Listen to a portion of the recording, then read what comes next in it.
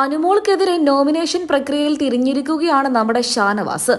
അതായത് വിശദമായി പറയുകയാണെങ്കിൽ നേരത്തെ നമ്മുടെ ജിസേലിന്റെ അടുത്ത് പറയുന്നുണ്ട് ഷാനവാസ്, അവൾക്ക് നല്ല ഫാൻസ് ഉണ്ടെന്ന് എനിക്കറിയാം, പക്ഷെ ഒരു തരത്തിലുള്ള നല്ല മനസ്സോ അല്ല എന്നുണ്ടെങ്കിൽ സത്യസന്ധതയോ ആത്മാർത്ഥതയോ നന്ദിയോ അവൾക്കില്ല. അതൊന്നുമില്ലാത്ത ഒരാളാണ് അനുമോള്. ഞാനിവിടെ ആദ്യം വന്ന സമയത്ത് അനുമോൾക്ക് വേണ്ടിയിട്ട് ഒരുപാട് പ്രശ്നങ്ങൾ ഇടപെട്ടിട്ടുണ്ട്, പലരെയും വെറുപ്പിച്ചിട്ടുമുണ്ട്. അവസാനമായിട്ട് അക്ബറുമായിട്ടുണ്ടായ ആ പ്രശ്നത്തിൽ പോലും അനുമോൾ എന്നെ വലിച്ചു വെച്ചതാണ്.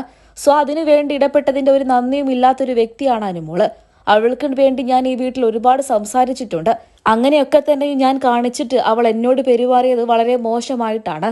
അതുകൊണ്ട് തന്നെ ഞാൻ ഉറപ്പിച്ചു പറയുന്നു, അവൾ നന്ദിയില്ലാത്ത ഒരു വ്യക്തിയാണെന്ന്. അവൾ മുഴുവനായിട്ടും ഫേക്ക് തന്നെയാണ്. ഇതൊക്കെ തന്നെ നമ്മുടെ ജിസേലിന്റെ അടുത്ത് ഷാനവാസ് പറഞ്ഞിട്ടുണ്ട്.